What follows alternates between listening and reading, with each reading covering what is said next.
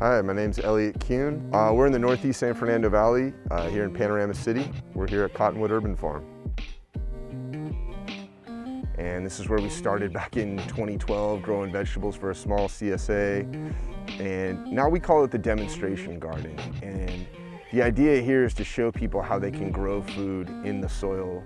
Chard, kale, we grow them really tight together, lettuce here too, right? And we do a cut and come again sort of scenario. So we come through, we cut the crop, we bag it up, or sometimes we bunch it, and it actually comes back. It's a great way for us to grow a lot of food in a really contained space. These behind me are some of my favorite peaches. They're called Ava's Pride Peach. Right here you get the full spectrum, right? You get flowers, you get pollination, and you get the fruit.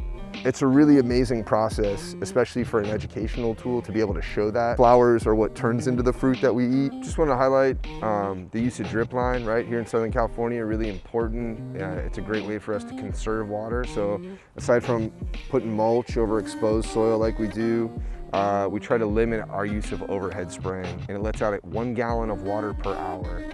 And we can turn each line on and off at the front of it, and it's also, things are broken up into zones. It's a really easy way for us to get saturation and good germination. Oh,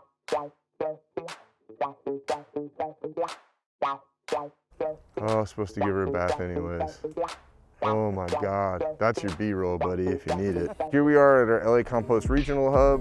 You see some folks behind me working the piles here. We do on average per week nearly 1 ton of food waste. This is a really, really important system of what we're doing here at this farm.